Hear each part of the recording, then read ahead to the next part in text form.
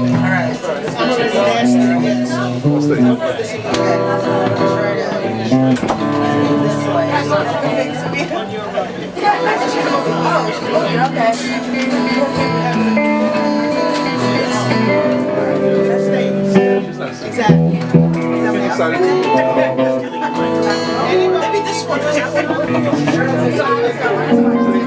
everybody, how you doing? All right. People, this is rock and roll. How are you doing? All right, that's the kind of energy we need. Fantastic. My name is Peter. I'm very happy to be here hosting the Eliane Delage Guitar Ensemble, featuring many fantastic guitar, ukulele, bass players in the city. The finest in the city, who have come together after a few weeks of rehearsal to learn the music of the Rolling Stones, which is the music you'll be hearing today. This is the first time they're doing a Rolling Stone show. This is also the first time that the ensemble is using a host, which might be evident, and also the first time that they're using a singer by the name of Bree. Please welcome Bree. First time they're using a drummer, Claudia, up in the back there. Give it up for the drums. Also known as the rhythm section. So these guys have been rehearsing for the past 3 months, one, two, or three times a week. That's right. About 40 times this past week, obviously. Right? That, yeah. Down to crunch time. We just did a show less than an hour ago, and so you guys are like the second crowd in, and it's great to have you. Is anybody's first time at the Guitar Ensemble? 1, 2, 3, 4, 5, 6, 7. Fantastic. You're in for a good time. I think we should just get right to it, right? Yeah. First song. First of all, a little bit about the Rolling Stones. Some of you might be too young to know, meaning those two people right there. You're too young to know? Okay. The Rolling Stones formed in 1962. They're a UK band. They've been all around the world. They've got a crap ton of 29 studio albums, 13 live albums, and 24 compilation albums. In other words, they're really rich. It's a tough crowd, the 4 o'clock crowd, isn't it? Tough crowd. They're all just getting out of brunch. They've all had their unlimited mimosas. They're like, we want to hear some music and not this guy. Fantastic. So, well, anyway, I think that'll make you satisfied, so we should just start with a great Rolling Stones song called Satisfaction. Give it up for Satisfaction.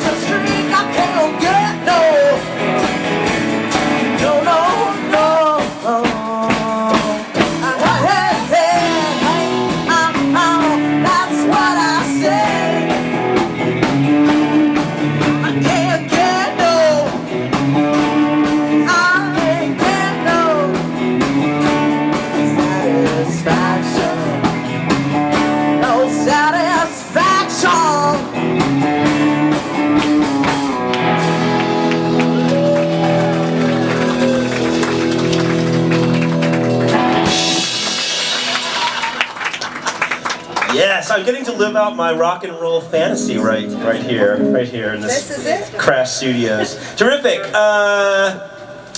Interesting thing about Satisfaction. That song was written by Keith Richards, based on an experience that he had. They had done a concert, and they only got through 4 songs because the fans were so crazy for the concert that the police broke up the concert. So Keith was not happy, and he went to bed that night, woke up in the middle of the night thinking, man, I can't get no satisfaction, and thought, that's a good idea for a song, and took out a tape recorder. Little man, do you know what a tape recorder is? No idea. No idea. It's a thing that the cavemen used, and by cavemen I mean everybody else in the room, where you hit a button and then you record your ideas on a tape, and then you can play the tape back the next day. I've never seen one. They're coming back. They're coming back, guys. I'm putting money on this. Tape recorders are coming back.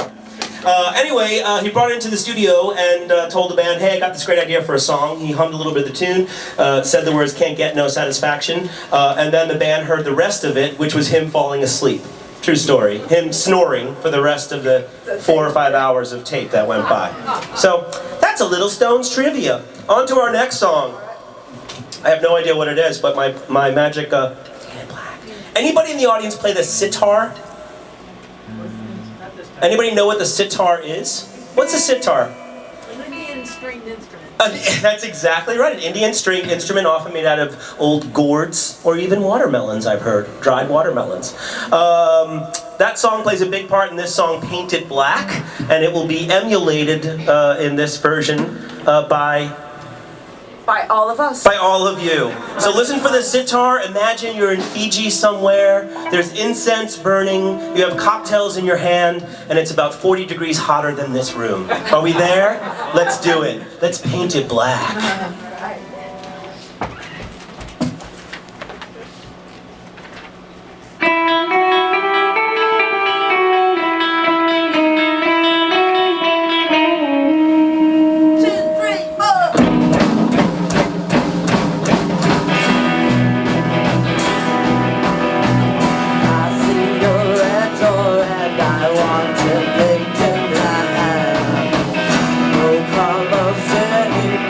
I want